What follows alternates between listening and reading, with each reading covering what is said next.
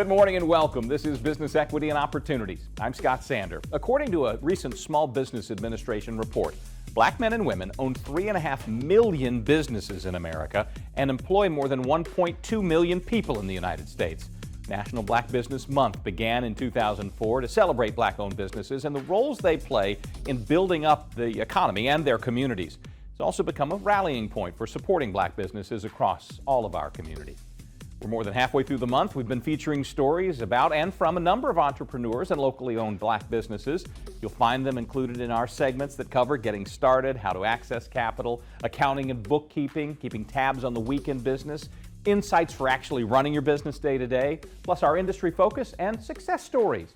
We're here every Sunday on Wish TV and streaming live, same time at wishtv.com. And we have big news in the launch of our new Business Equity and Opportunities YouTube channel, at The BEO Show. It'll become a permanent home for every full episode of Business Equity and Opportunities. You'll also be able to find individual segments and, coming soon, some exclusive behind-the-scenes content.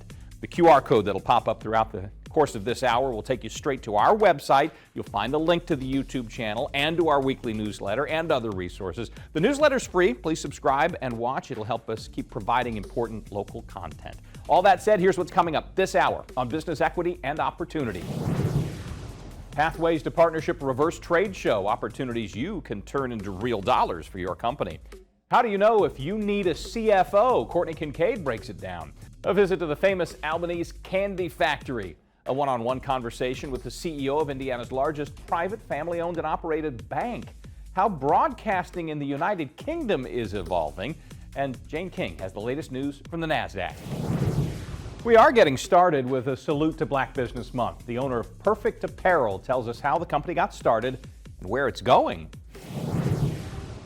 This is Business Equity and Opportunities. Getting started. Hi there, I'm Starla Mathis. I am one of the owners here at Perfect Apparel. We are a screen printing and embroidery company. Started with sorority and fraternity apparel, and we've just had some tremendous growth over the years. We started in 2011 in the unfinished part of our basement. And it just came from a need for Greek apparel in the city. Sororities and fraternities are pretty big. There's 9 Divine Nine sororities and fraternities, which are historically black sororities and fraternities. And at the time, there wasn't a lot of places to buy apparel. So we started from just a need for that. And then when you're embroidering, screen printing, you grow and work with other businesses, schools, churches, things like that. So we've grown. So that's how we started. And we've been in business, first brick and mortar in 2017. And then we've grown today to a little bit bigger space. So my husband, the co-owner, Willie Mathis, he's an engineer. I have a nursing background, I'm an RN. He started Perfect Apparel along with me. Obviously, any decision between a husband and wife, it has to be something that we both agreed to do. He basically worked for the most part in the business, in the basement. So he would be in the basement, and I'm upstairs taking care of the kids. So I would go down and help with some big orders, but we tried to keep that balance. But one thing that we did notice is that at some point, it was like we need to grow or we need to stop, because it's getting a little bit too busy here in the basement. He's working as an engineer, I'm working as a nurse. So we made a family decision that we knew that this business had potential. We had tremendous demand, so we just decided to step out and look at brick and mortar options and move from the basement. So I think that first year we had about 20,000 or so in web sales, which doesn't sound like a lot, but when you're full-time somewhere else and you're working in the basement, it really does, it keeps you busy. Up next, Pathways to Partnership Reverse Trade Show, how you can be there and what it could mean in terms of big profits for your small business.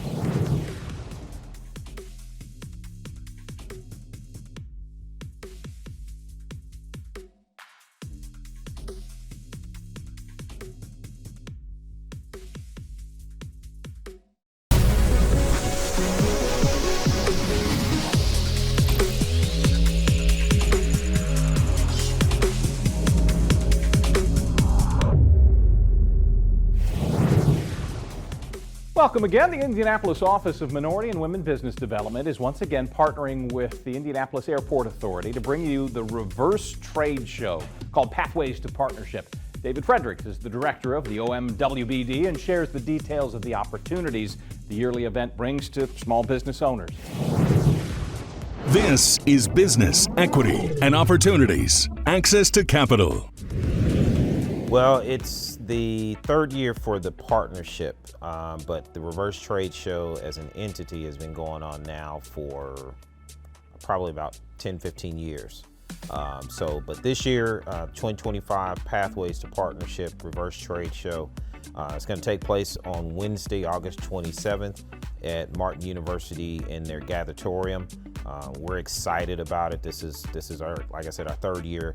We partner with the Indianapolis Airport Authority to put on this event, and so we're really excited about it. So the concept is, instead of our vendors and businesses coming and setting up tables to talk about themselves and things of that nature, we actually bring in the end user, the buyer, so to speak. So you're going to have government officials there. You're going to have servicing agencies. You're going to have individuals from, like I said, you got airport, Indigo, Indianapolis Public Library, city and county officials who are going to be there with tables set up, and then the business owners can go in and peruse the different tables, meet, network with all these different individuals to learn what opportunities they have, how do they get engaged, and also to talk about their business and introduce themselves to each other. So that's why we call it a reverse. So it's not necessarily the businesses trying to attract people to them, it's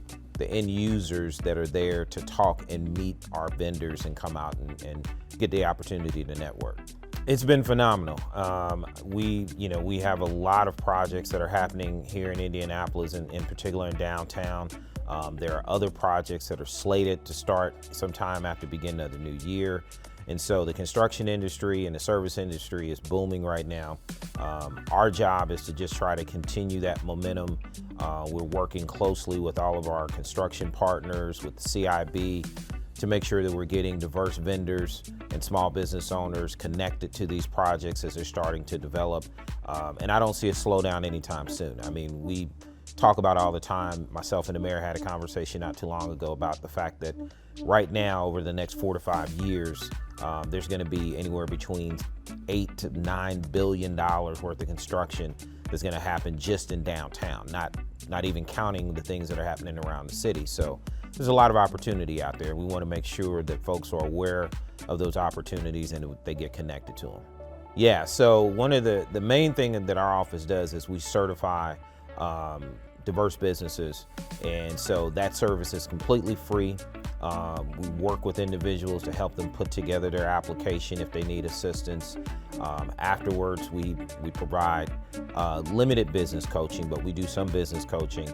But the main thing is we want to get folks certified, and then we make sure they get access to opportunities. So this event is one of our stellar events that we do every year, where we try to bring folks in and make sure that they get face time with the buyers and the decision makers and the individuals who make the decisions about these various projects and who will work on them.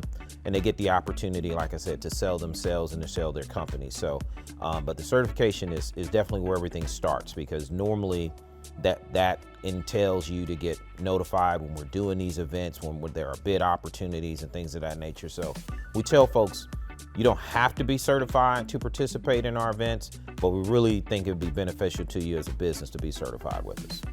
Yeah, we tell people all the time, come prepared with capability statements in hand, come prepared with business cards, ways in which you can network and folks can contact you after the effect.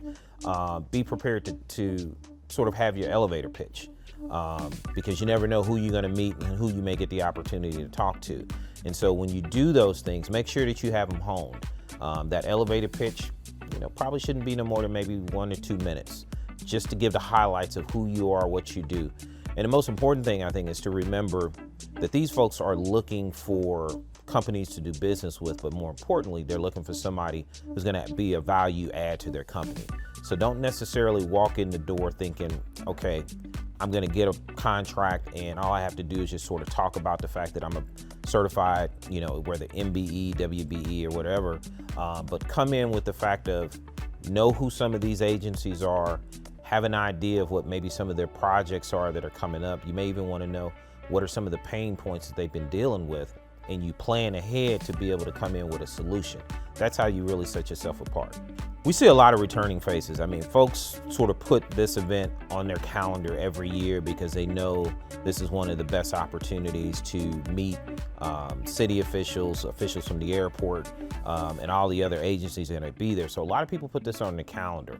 I think a lot of long-term relationships and business opportunities are developed out of this as well. The one thing that we always preach to people is that, business development is a marathon, it's not a sprint. And so when you're coming into this sort of work, you have to understand it may take you a year to 2 years before an opportunity is developed, but during that process, you're developing that relationship, which is really the key to business. And so we see a lot of returning folks who are coming and they're doing follow-ups from meetings that they may have had the same time last year. They're following up on relationships.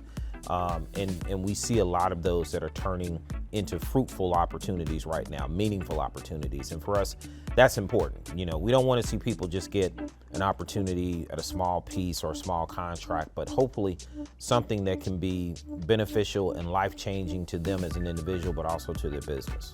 I think the main thing is just the opportunity to develop and grow even more. We are wrapping up the 2025 disparity study. Out of that, we're going to have some recommendations and possible changes that our program may see in 2026. But it's also a good opportunity for us to sort of take a step back, look at our program, look and see where we've been effective at, where we've been ineffective at, try to make changes and to address some of those, but then also to plan for the future. And so we're really excited about that. I think, Indianapolis is one of the fastest growing cities when it comes to diverse businesses, and in particular, African-American businesses. So our office wants to be able to stay in step with that growth. We want to make sure that we're able to pivot when we need to pivot, but more importantly, we want to be that connector. And so I think we're in a good place for that, and we're looking forward to the next couple of years and to see what happens.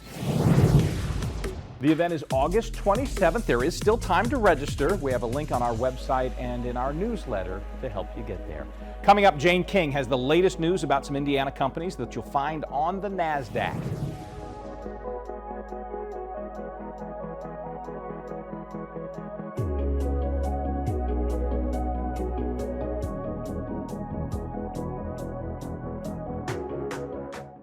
This is Business, Equity, and Opportunities.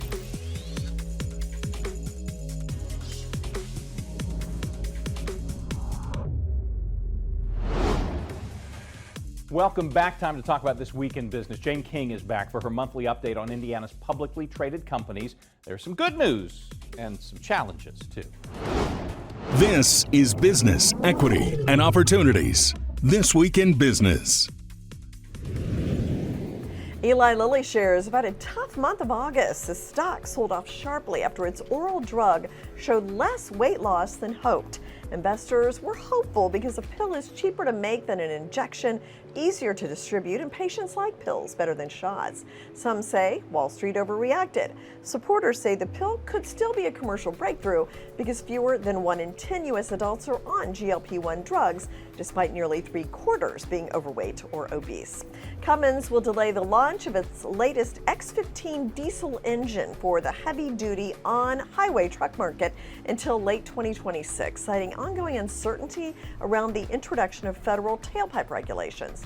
Columbus-based Cummins unveiled the latest version of the engine in February, highlighting its compliance with EPA and California Air Resources Board regulations at the launch. But Cummins said the engine would be available for pre-order mid this year and deliveries would begin in 2026, but that has been delayed. Now, in the meantime, Barron's says Cummins is an AI stock. Cummins Power Systems segment builds generators and related products, and with the tremendous need for energy for data centers, Cummins could be a side play. Star Plus Energy, the joint venture between global automaker Stellantis and Samsung SDI, recently announced it's laying off 59 workers at its EV battery production plant in Kokomo. In a statement to Inside Indiana Business, Stellantis said the move comes as the electric vehicle market continues to evolve in the U.S. The $2.5 billion plant, plans for which were first announced in 2022, opened last December and was expected to have all 3 of its production lines operational by the end of this year. Well, Indiana University's Kelley School of Business has implemented changes that affect both current students seeking standard admission into Kelley and future applicants seeking direct admission. Students who are enrolling in IU Bloomington for summer 2025 through spring of 26 and apply for standard admission to the Kelley School must earn a B+ or higher in every IU course they are enrolled in. For students who are enrolling in IU Bloomington for summer 26 through spring 27, the grade requirement increases to an A-. The grade letter requirement was formerly a B for all students seeking standard admission into Kelley. The housing market in central Indiana continues to show resilience, according to a breakdown of new home permits compiled by the Builders Association of Greater Indianapolis. The permit breakdown for June shows a 6% year-over-year increase in single-family building permits, signaling ongoing momentum in the region's residential construction market. Westfield has led the way in Hamilton County, with new home permits in 2025 issuing 685 between January 1st and June 30th. Then in Marion County, the number of new home permits issued between January 1st and June 30th is 843. Farm equipment giant John Deere announced this year it's investing nearly $20 billion over the next decade to bolster its U.S. operations as part of its ongoing commitment to American manufacturing. The company's $20 billion investment focuses on the development of new, cutting-edge technology products and more advanced manufacturing capabilities. The company employs about 30,000 people at more than 60 U.S. locations, and its network of independent U.S. dealerships employs an additional 50,000. Meanwhile, the Midwestern Regional Climate Center, with support from the United Soybean Board, has launched the Ag Climate Dashboard, a centralized digital hub offering streamlined access to integrated climate and agricultural data and decision support for producers, advisors, and researchers in the Midwest.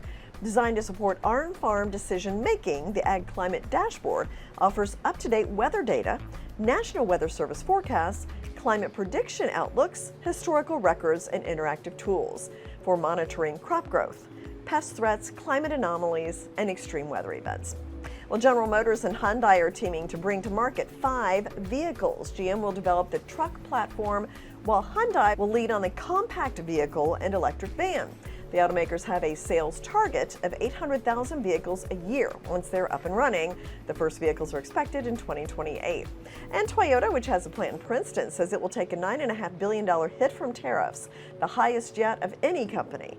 Toyota also forecasts a 37% drop in profit.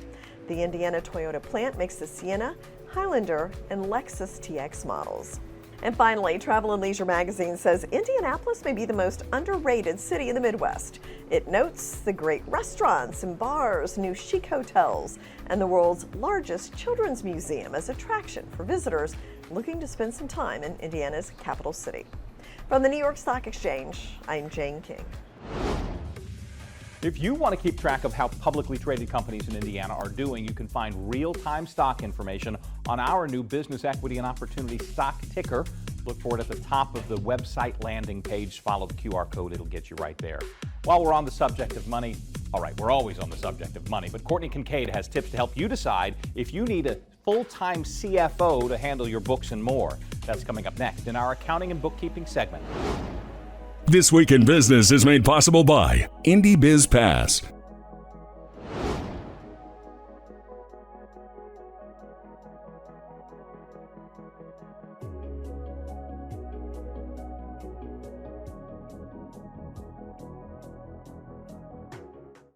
This is Business, Equity, and Opportunities.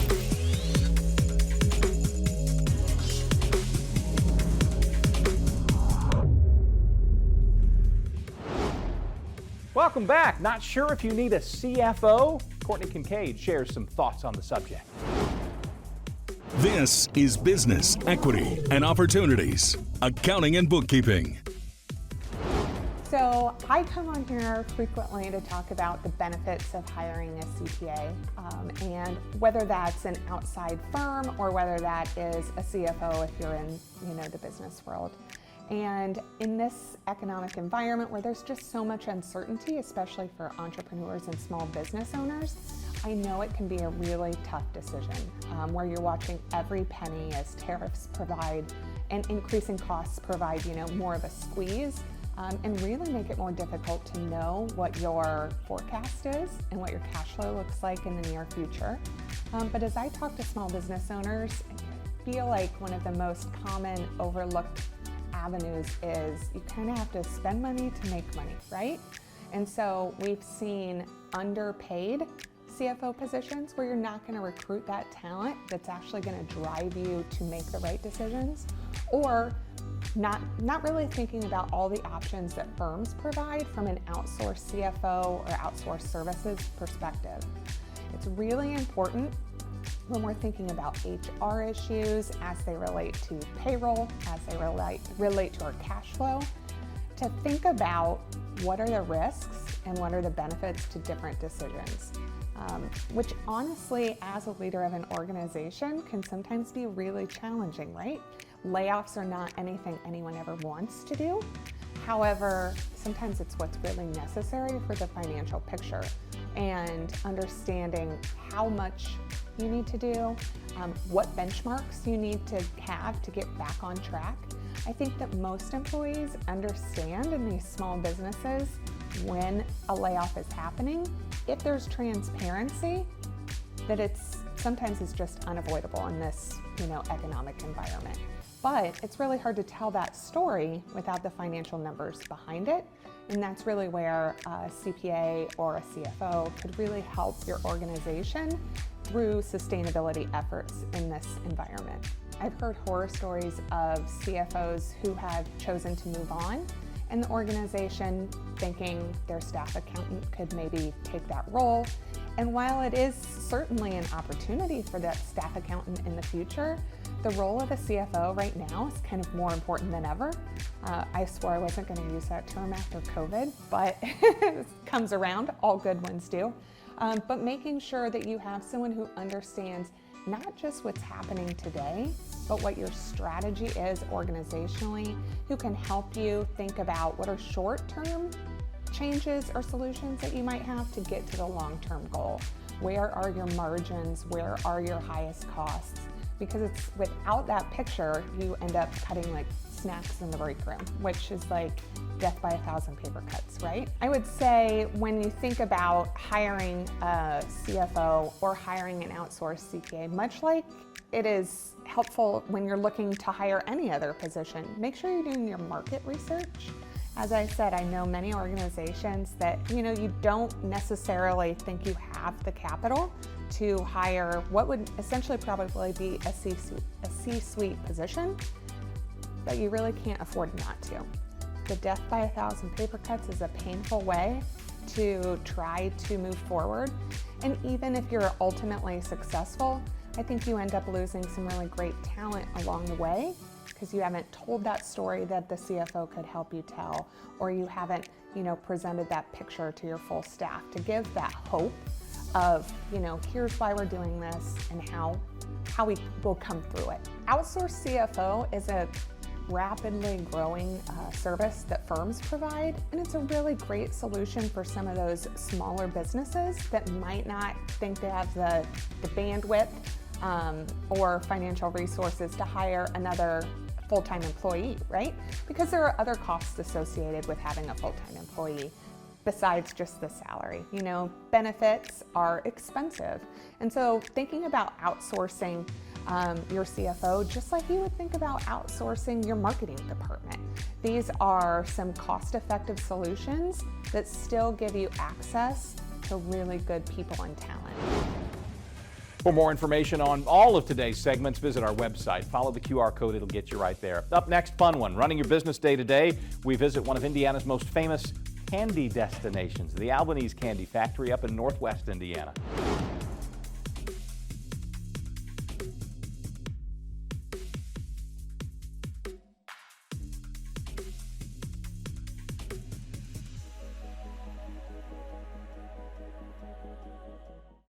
This is Business, Equity, and Opportunities.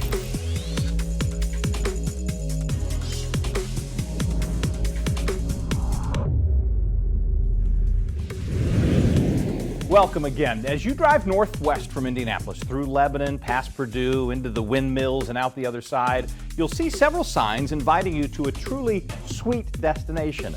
Our team decided to take the invitation to bring you the story of the Albanese Candy Factory, home of the company's famed gummy bears and more. This is Business, Equity, and Opportunities. Running your business day to day.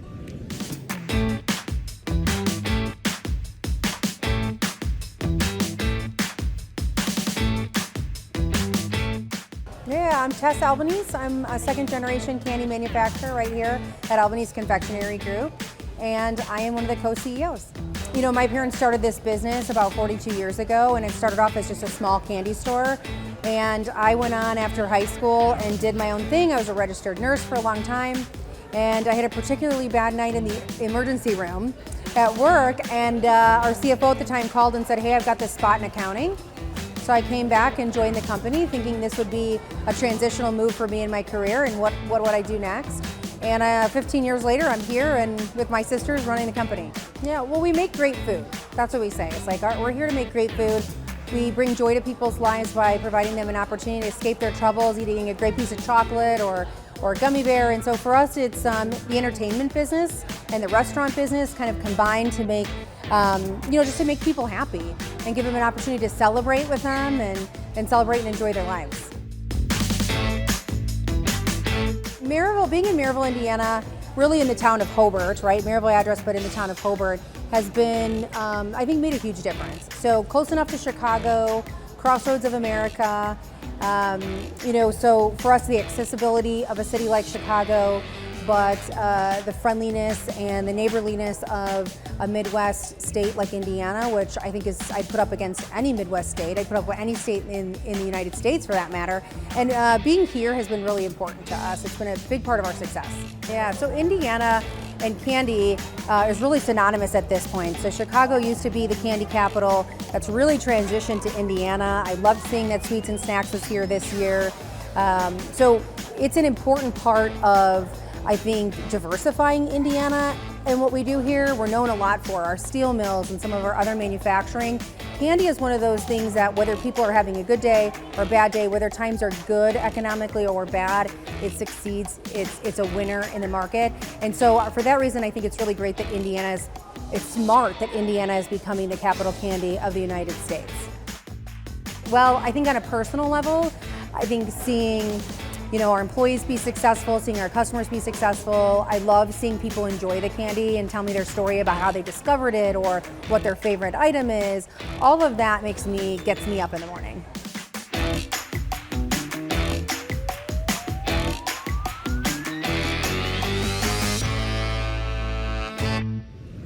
When we come back, get a glimpse of what broadcasting in the United Kingdom is like and how its structure differs from the United States television. International broadcasting is this week's industry focus. Running your business day to day is made possible by Long John Silver's.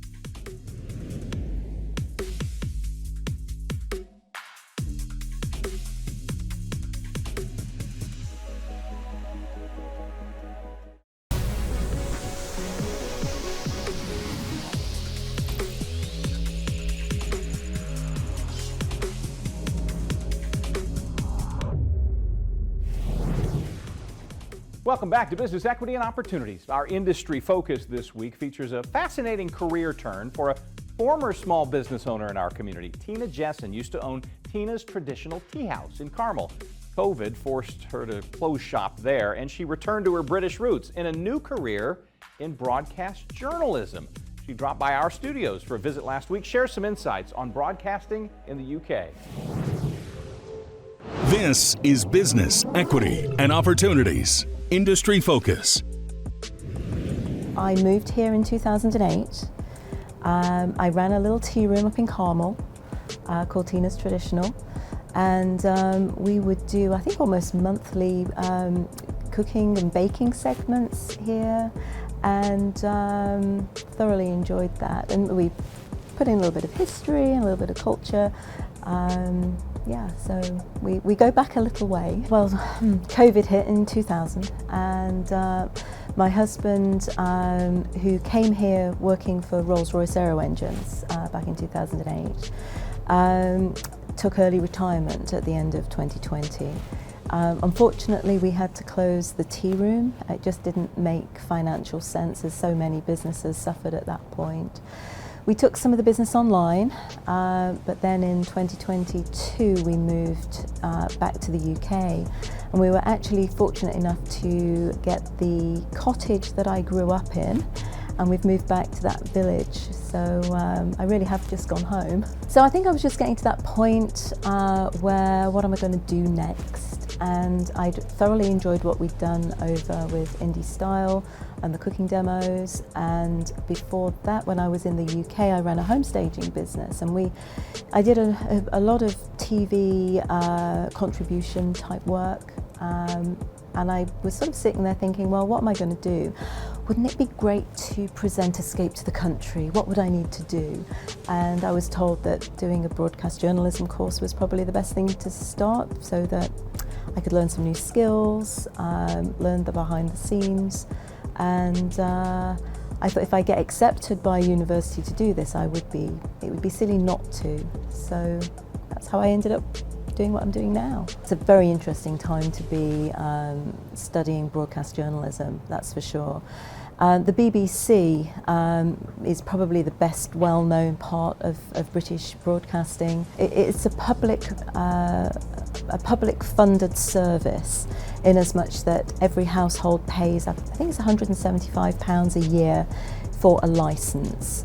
But it is independent editorially, which means that it's very balanced, and with BBC Verify that came along a couple of years ago to really look at what is real out there. There's so much fake news out there right now, and that was kind of brought in to validate what we were seeing through satellite imagery, through timing, through looking at where the news was coming from, and trying to present the news in a fair and balanced way. So a lot of 35-year-olds now, and that generation below, are going online, and they are consuming things differently to perhaps the way you and I did. And it's important that we are going digital first, and putting things out on BBC Sounds, iPlayer, those kinds of things is where the BBC is now putting their programming, and I think a lot of other stations are following suit now as well. High-end TV is really where a lot of the investment is going.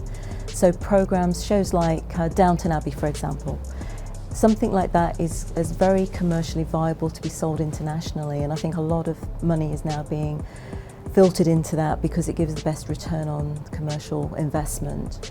But the downside of that is a lot of local programming is now disappearing, and is being more centralised. And things like radio is now again moving away from that local element and being syndicated across, so that money can be saved there. A lot of job losses are happening. So I say it's a very interesting time to going into journalism, into broadcasting. But yeah, things are definitely changing.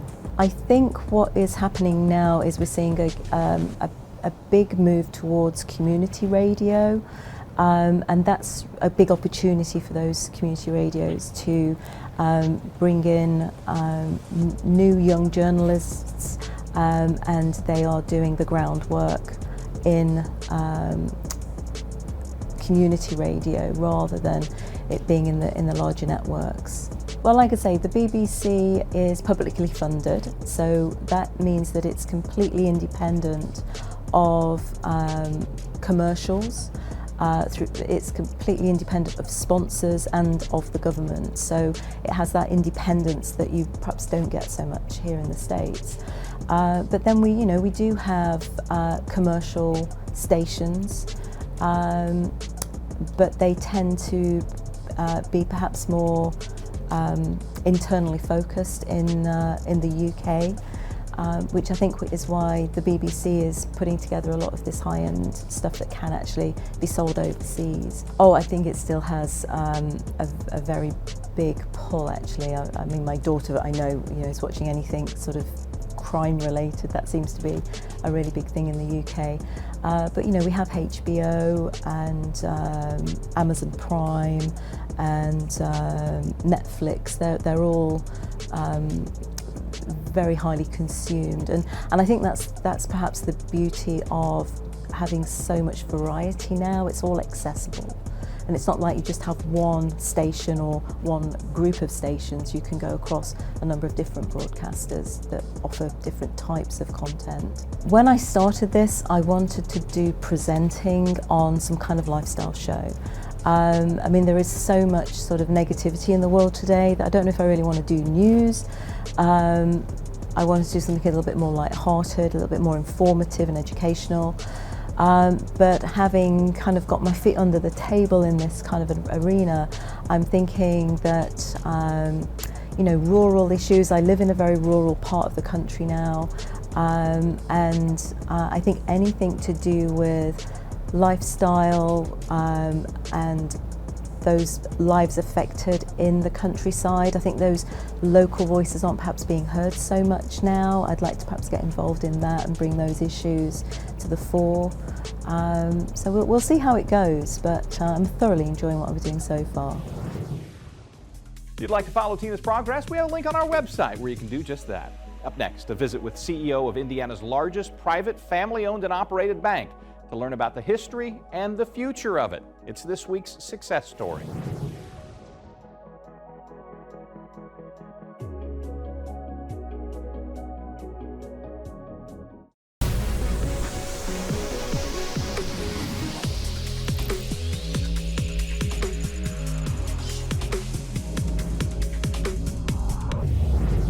Welcome again. 2025 is turning into quite a year for Centier Bank. It's Indiana's largest private family-owned and operated bank, celebrating 130 years of service as it expands to new communities across central Indiana. Centier just earned its first J.D. Power Award for customer satisfaction. Our Business Equity and Opportunities team visited Centier Bank headquarters up in Merrillville to meet with CEO Mike Schrag. Indianapolis Business Journal has named him to its coveted 250 list, one of the most influential and impactful leaders in the state. This is Business, Equity, and Opportunities. Success Story.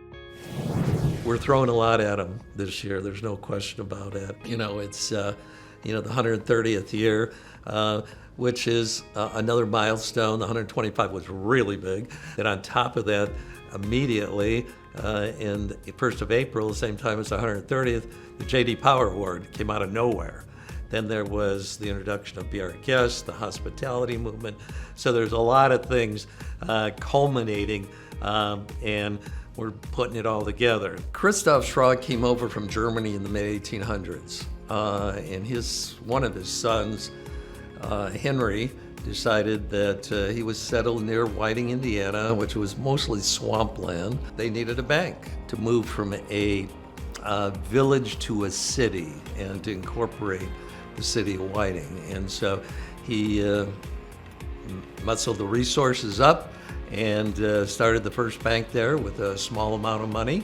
And he stewarded it into the Depression of the 1930s, which he passed away during. And he's been my inspiration. He really gave it all. He put his entire estate at the time he died, not to his heirs, but to a fund at the bank that the fund could use during the Depression that he died during. So, to me, he made the ultimate sacrifice. And, from him, there was one of his sons, Walter Sr., mayor of Whiting for 12 years, was more in the political realm of things.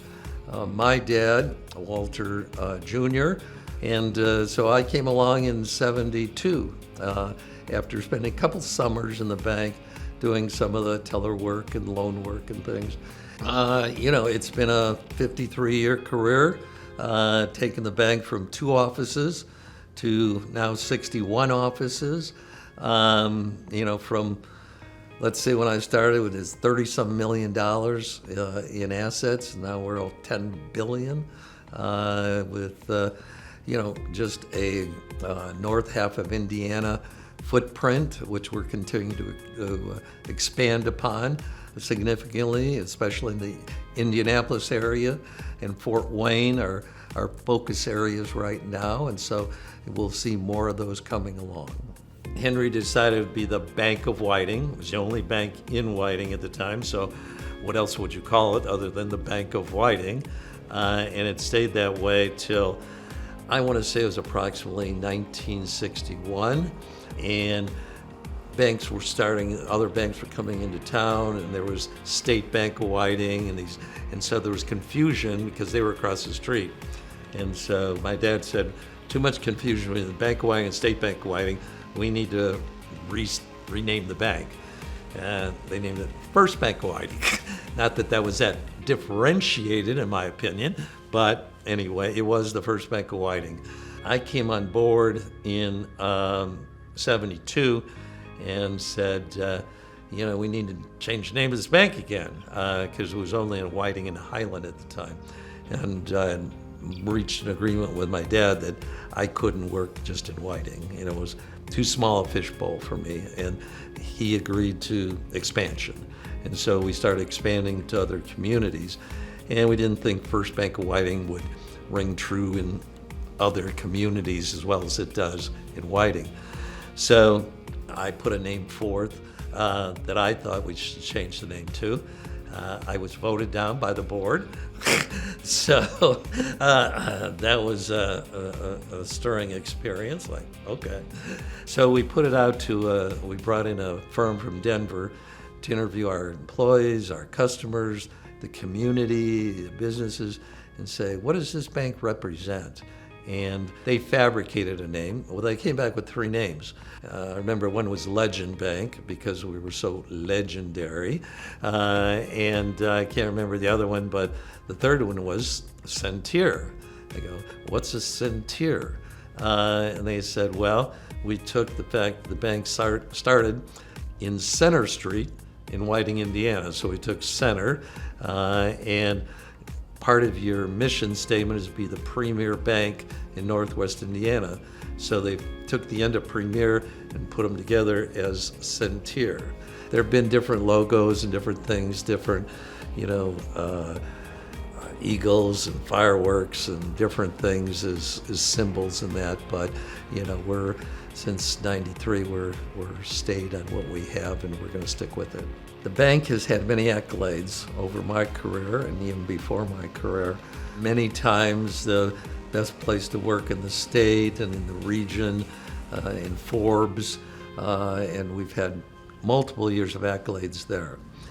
The crowning thing for me in my career has been the J.D. Power Award. It is, in my opinion, the most scientific, statistically accurate measurement of true customer satisfaction. It's not just our customers' popularity contest with us. I mean, this is a scientific study. It's been going on for 60 years. And it wasn't until this past year in March that we actually hit the qualifying status.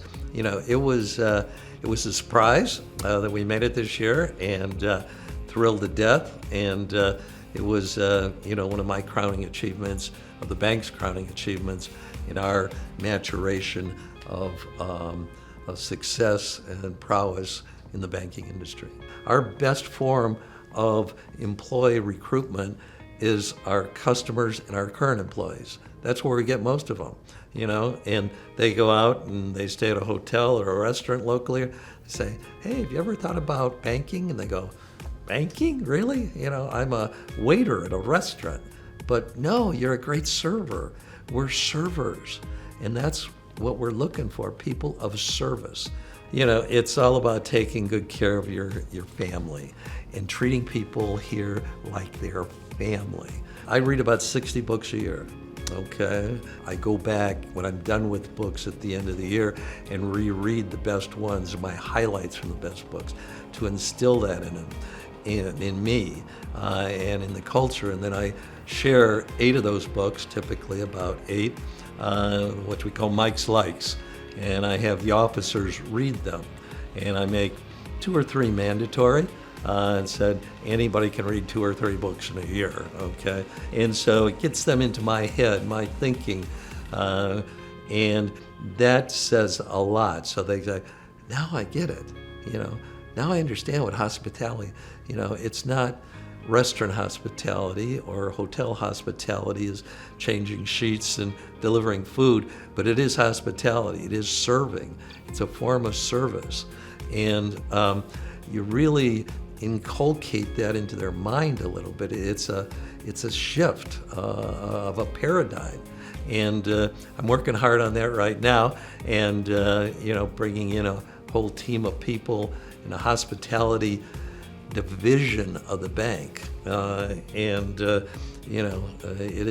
going to be significant in our future, certainly for our longevity.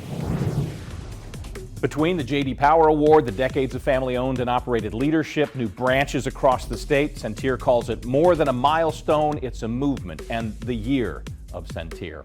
If you'd like to know more about Mike Schrag's journey, we have information on our website, and he's also our featured extended conversation on the Business Equity and Opportunities podcast this week. Follow the QR code.